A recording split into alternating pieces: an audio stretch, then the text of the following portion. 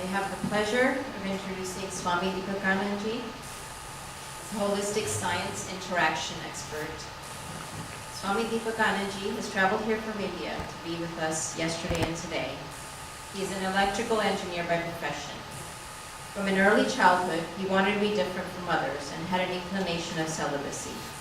He was very religious, and then he met a simple householder named A.M. Patel. His Holiness Sri A.M. Patel, known to many of us as Dada Bhaman, had enlightenment in 1958 and was a self-realized and experienced holistic scientist. Ever since, Swami Deepakanandji was blessed with self-realization. He has devoted his full life to study the holistic science and has pursued a selfless mission to introduce the holistic science to all mankind for the purpose of inner betterment. Today, he will be giving us holistic inner science practicing tools for a healthy relationship.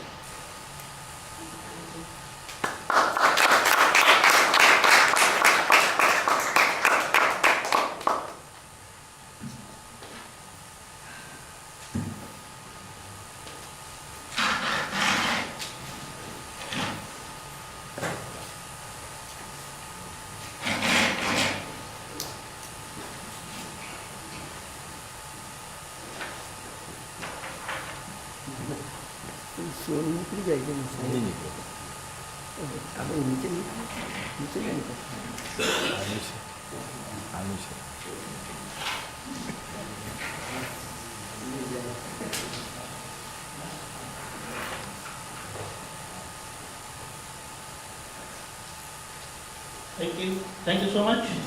And today we are going to see the practical aspect, and it is going to be a very, very large session.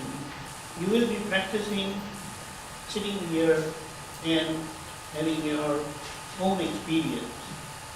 Because whether we know the science or we don't know the science, that science is working within us now at this moment.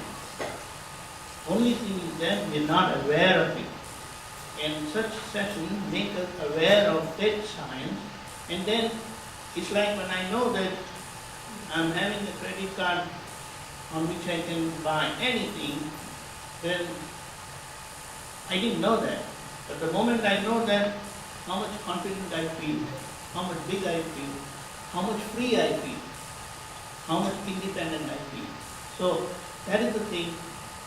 Through such sessions, we make ourselves aware of that treasure which is there within us, and we will try to make the best use of it. Next.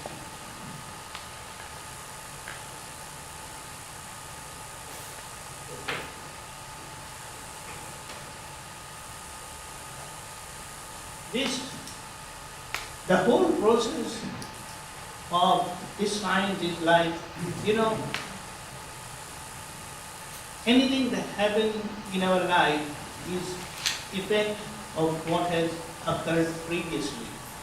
Like, if I get my results today of any examination, then that examination has taken place previously, any time before this moment.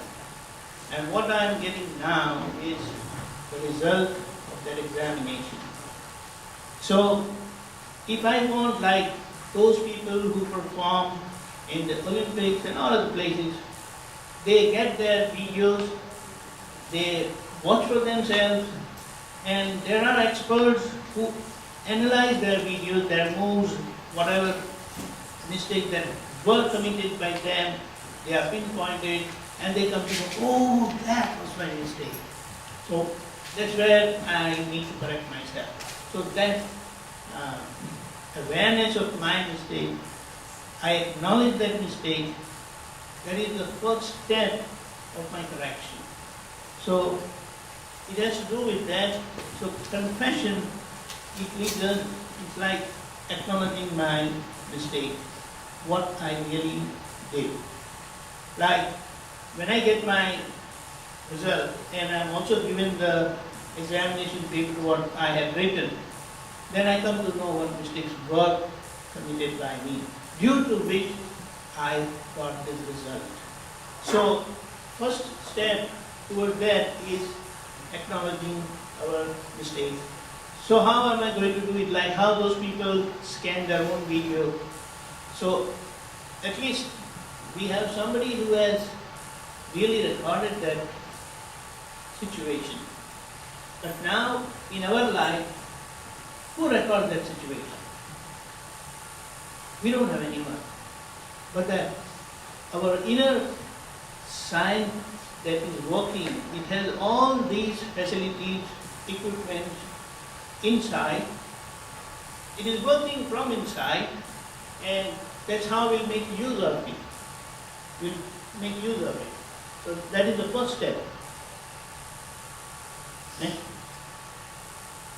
The second step is apology, forgiveness. So it's like when I come to know in the video that, oh, that was a silly mistake committed by me. Oh, come on. What happened to all my practice? Why did it happen? So, but now I have nothing to do with that. I cannot change that, but I can make a fresh decision inside. But before that, I feel extremely sorry for that happening. How could I miss that?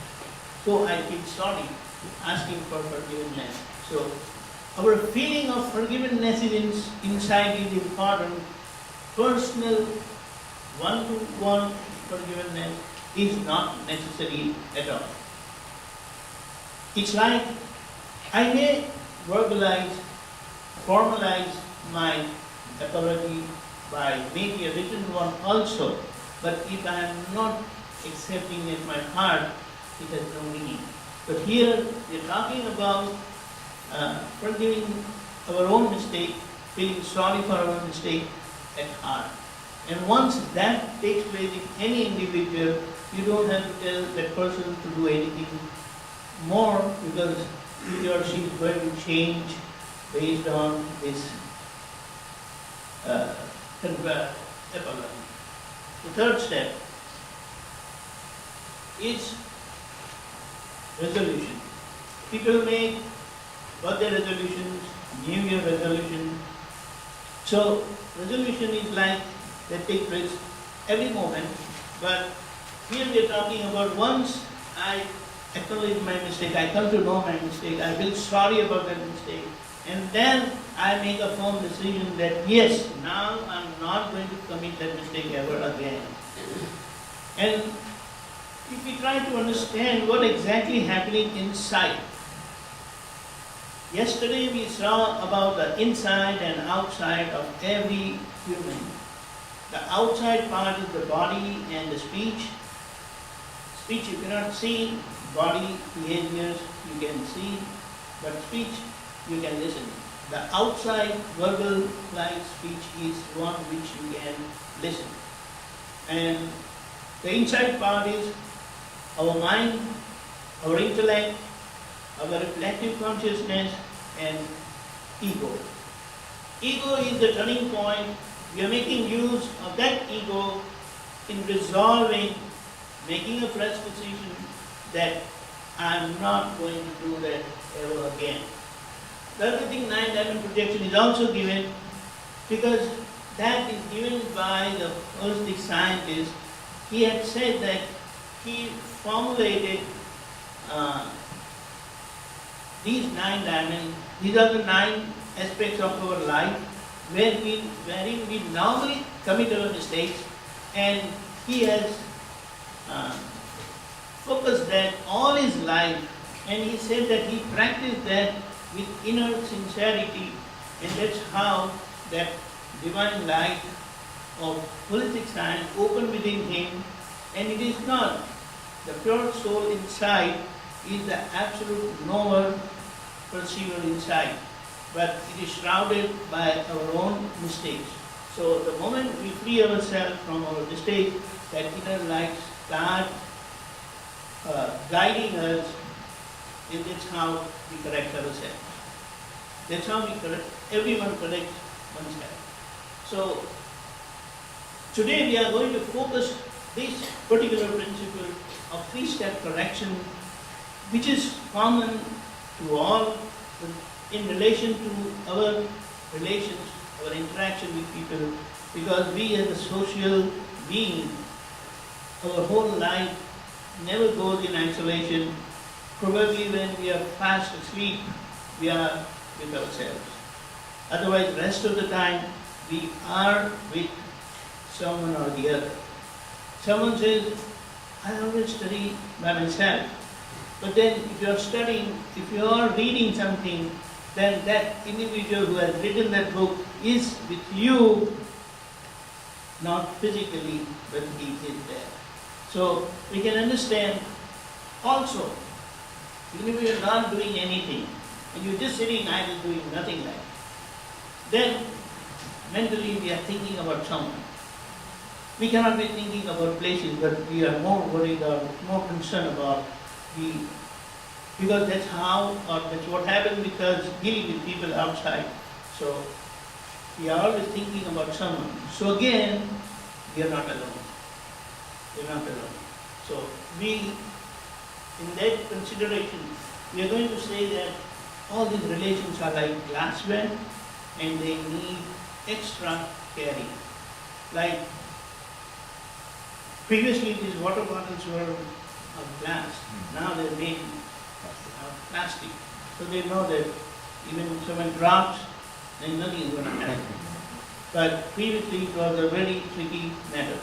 So our relations also and our dealings should also become like that, that we don't break these relational glasses. Because once they break, there's no way we can bring them back. So next please.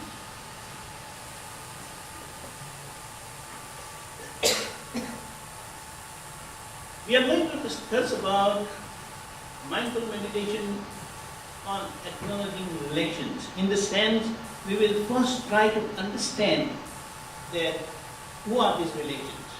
We talked yesterday that our family relations are the close ones.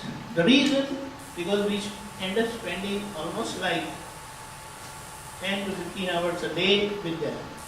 And they are the one we really get attracted.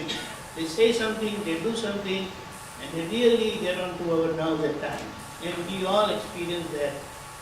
It is like someone who is married and he spent like, now they were together for like 50, 60 years.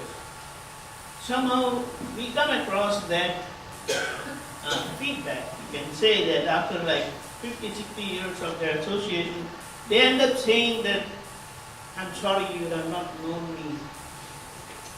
I'm sorry, you have not understood me.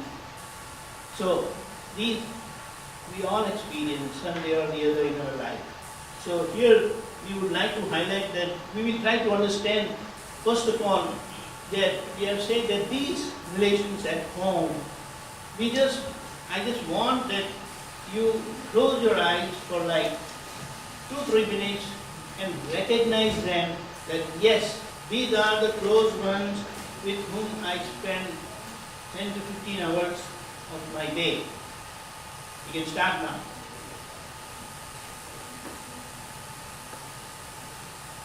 They are your brother, your wife, your sister, your children. Bye. Bye. You're just seeing side. So that's how. So just recollect, identify them, because we need to identify the situation, the problem. Of course, they are not problems. We have seen that they are our reflection. So they are what we are inside. How did that happen? That's how the nature works. Wherever we have connection, the nature brings them in front of us for settlement. And we, out of ignorance, not knowing these signs of life, that they have come for settlement, I end up pushing them, creating new debt for which I have to come again for settlement. Did you all recognize that? Could you identify yourself? Your close relations? Yes or no? Yes. Yeah. Okay, the next. Everyone is born in a religion and follow the religion. It could be your religion, how you have got by birth, or you may be believing in some saints or gurus. So I want you to recollect, identify them, because we spend really good time with them also. At times, not directly one-to-one, but through their teachings, we are definitely dealing with them. So I want you to identify them, recognize them, and go forward. Because many things they have said, many things we have learned from our masters, and if we recollect them and keep in our mind all the time, then even in their action, they remain present with us, together with us all the time. One more minute.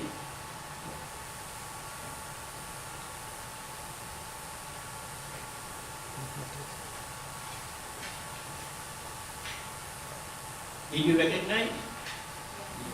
Yeah. And along with the master, definitely the other followers also we come into interaction, because many of them we would not have known them, but we know them because of this following only. Like if we say today, we have this seminar under the banner of holistic science, and we are together because of that following, we can say. You can say for all practical purposes we are followers, but everyone is following something. Any ethics, any principle, so we are together. Now, the third part is like the rest of the world. And we have said that with them, whenever there is eye-to-eye contact, that's a relation. If there is no relation, there won't be any eye-to-eye contact. And I have seen that over here, whenever you interact or talk with people around, especially children and mother and close relatives, look into my eyes and talk. so that you will speak the truth. The effect of looking into the eyes, you have to remain truthful to yourself and definitely truthful to the person whom you are dealing with. So this science is a science, definitely. What we mean by science, anything you do that is a lasting effect, a positive effect, it can have the negative effect also, but that's what science is. Look into the eye to the person who you deal with, so you will always be truthful to yourself and truthful to the person you're dealing with. So just recollect them briefly, that definitely they don't amount to the 7+ billion population of the world. You all accept that, obviously. You have to, because it is a fact. Okay? So, this is the one. And the last one at the bottom, we have been together with our mind, speech and body, who we say my body, we say my speech, we say my intellect, we say my reflective consciousness, we say my mind, we say my ego. What does that mean? Do we have this kind of expression dealing with ourselves? You can be graceful enough to say yes or no. Yeah. So, we all say that. We express ourselves like that. We never say I body, I mind, I speech. Definitely, we all experience that. That means we exist as a separate being, separate from, totally different from body, speech, mind, intellect, reflective consciousness and ego. This is the whole package we have with our body. But one more thing is there inside, which we never talk about that. I am that spirit or I am that soul. Why? What is the reason? think we were never told about this. Nobody will tell about this. The reason, the moment someone talks about this, then we know that he's not going to really worry about the body, about the relation, because the relations are between individuals, not the soul, not the spirit. The spirit is totally independent, totally free. Although it is like bound in our body, it is still free. But the ego definitely is bound in our body. Mr. Shekhatundia said, with a stiff back. So, it is like that. It is like that.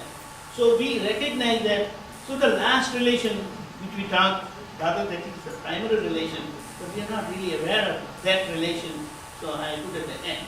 Although it is the first, it is the most primary relation, because we spend with our body just 24/7 time. That's the only time we have for our body. So it is said that when you are really upset with something and you are having serious headache, someone may call that I am having migraine or whatever they want to say. Then they say, oh, leave me alone.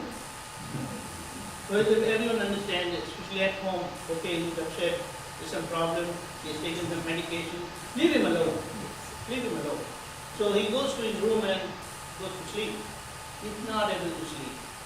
Where is he going to put his head, which is bothering him? He has to learn to bear that headache. The medicines also at times don't work. They say, this medicine is not good for migraine. So, like that. What we say, we have to learn to bear with our body. So if we live our life with some basic principles of life, then our body will remain healthy. At mind level we will be healthy. At psychological level we will be healthy. At emotional level we will be healthy. And with such understanding of spirit and its existence and how it is playing its part in our life, we would be spiritually healthy. This basic understanding is at the core of every religion. But unfortunately, these things are never covered, they are never answered, they are never said about. Because for that, you have to have that vision with which you can see, know, and experience that. And when you experience that, you live in those principles. So, go next. Okay, so now we will start the practical aspect of that. We just found out our relations and all that. So,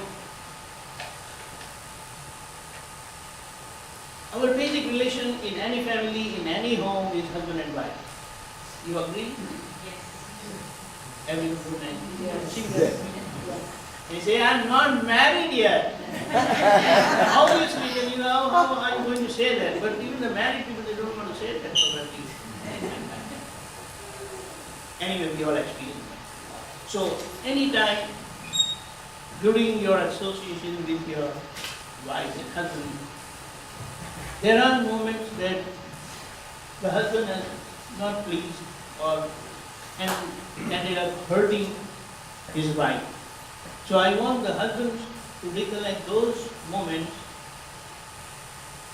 try to recollect those moments, and you know the wonderful aspect of our living is whatever we decide, it starts working.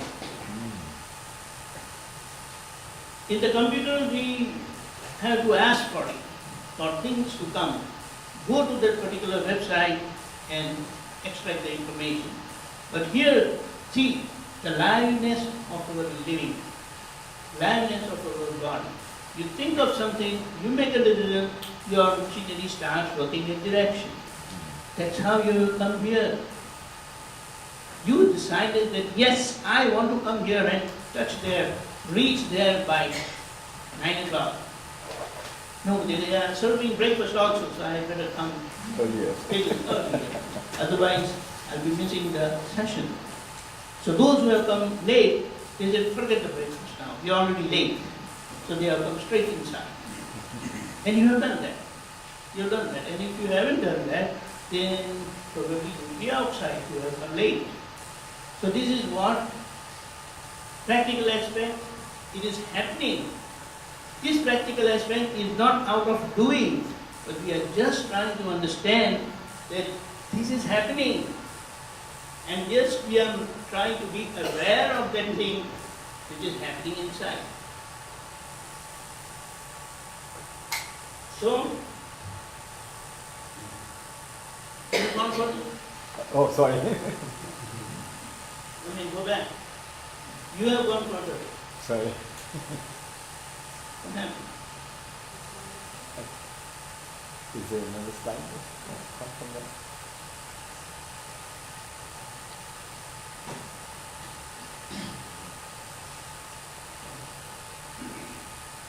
Okay, next. Sorry for that. I went ahead of you were right. So, the most basic mistake or faults are committed is at the level of mind, either at the level of mind, speech, or body action. That's how we have said here that through my mind, speech, and body, when I make a decision not to hurt anyone, so the way you have come here today, there are other commitments also, other invitations also. If not of any institution or like that, normally it is a Sunday, you have your own agenda. But you came to know that no, this is the program and I have to go there, and that's how you have come here. You decided, I want to go. Same way, when we decide, I don't want to hurt anyone through my thoughts, through my speech, through my action, immediately, anytime, and rather, every time you end up hurting others by any negative thought, any negative speech, or any violent behavior, our system inside is going to ring a big bell. You are doing wrong. You are doing wrong. And it will immediately tell us to correct. The way our GPS says, if we don't follow the route, can you say, at the immediate crossing, take a U-turn. So see, our machinery inside is working wonderfully.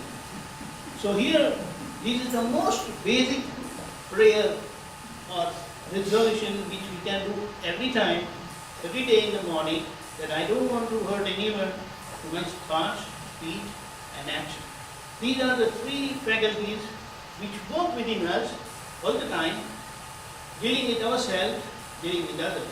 So if we are not violent at these three levels, then nothing will go out of this body, assembly, that will hurt others. So the other side is, it is going to help others. It's going to give happiness to others. So the immediate reaction, as Newton's third law, we all know, every action and reaction are equal and opposite. We are never going to come across any suffering, any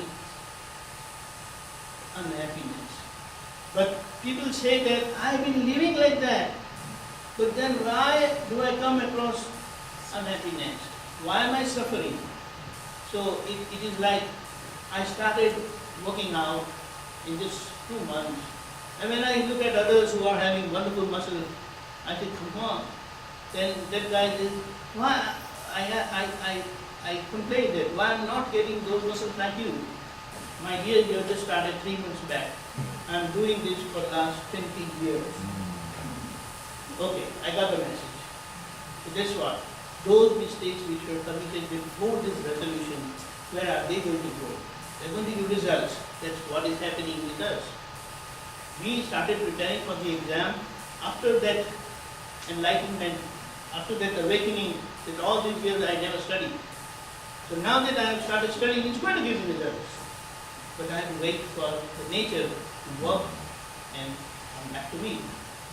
So we will just briefly go through it, spend just 1 or 2 minutes just to acknowledge, just to understand that we have definitely lived our life wherein we have hurt others through our thoughts,